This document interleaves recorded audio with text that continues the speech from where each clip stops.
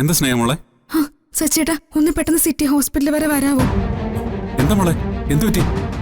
അമ്മ ഇവിടെ അഡ്മിറ്റ് ചെയ്തിരിക്കുക. അമ്മയ്ക്ക് എന്താ പറ്റിയേ? അമ്മ പെട്ടെന്ന് തല ഇറങ്ങി വീണു.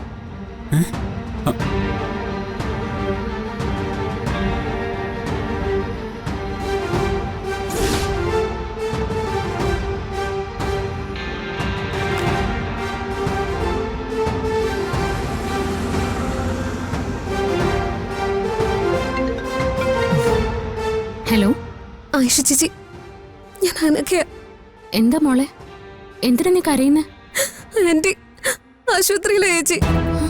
അയ്യോ, എന്താ പറ്റേ? ഒന്നും പറയണ്ട ചേച്ചി, ആന്റി ഉച്ചയ്ക്കൊന്ന് തല ഇറങ്ങി വീണതാ. തലകറങ്ങി വീഴാനും മാത്രം എന്താ ഉണ്ടായേ? അമ്മയ്ക്ക് BP വല്ലതും കൂടുതലുണ്ടോ, അതോ മറ്റെന്തെങ്കിലും അസുഖമുണ്ടോ? അതൊന്നും അല്ല ചേച്ചി. കുറച്ച് ദിവസങ്ങളായി അച്ഛനടുത്തിയുടെയും സച്ചേട്ടന്റെയും കല്യാണ ആൽബം എടുത്തു നോക്കി കരഞ്ഞുകൊണ്ടിരിക്കുക.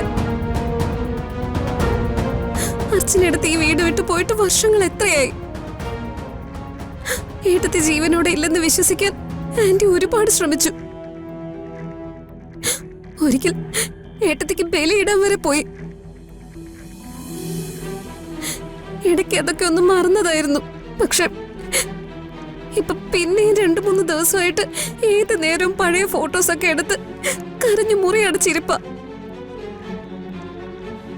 ഇന്നലെ മുതൽ ഭക്ഷണം ഒന്നും കഴിച്ചിട്ടില്ല. അതാ ഉച്ചയ്ക്ക് തല ഇറങ്ങി വീണത്. ഹലോ ചേച്ചി,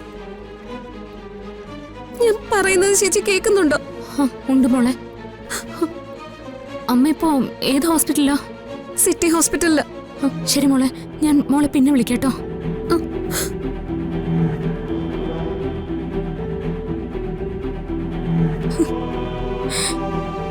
എന്നോട് ക്ഷമിക്കമ്മ.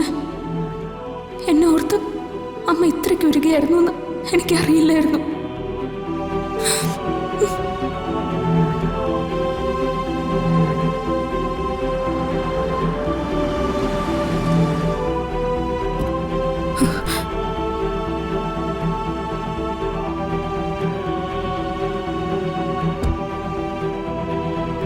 ഏട്ടാ, മോളെ, അമ്മയ്ക്ക് ഇപ്പൊ എങ്ങനെയുണ്ട്?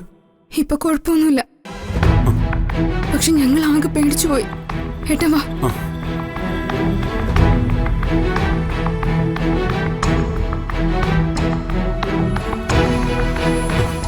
ഡോക്ടർ, പേടിക്കാനൊന്നുമില്ല.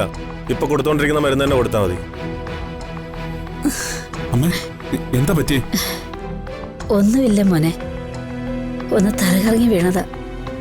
ഇവിളമാരെല്ലാം കൂടെ ബഹളം കൂടി എന്നെ ഇവിടെ കൊണ്ടുവന്നത്. ഇതാ ഇപ്പൊ നന്നായത്. വെറുതെ കൊണ്ടുവന്നിട്ടതാ പോലും. ഞങ്ങൾ ചെന്ന് നോക്കുമ്പോ മുറിയില് ബോധം കെട്ടി കിടക്കുമായിരുന്നു. അയ്യോ, വിളിച്ചിട്ട് കണ്ണും തുറക്കുന്നില്ല, ബോധവുമില്ല. ഇവിടെ കൊണ്ടുവന്നപ്പോഴല്ലേ കാര്യം മനസ്സിലായേ. പ്രഷർ കൂടി തല ഇറങ്ങി വീണതാ.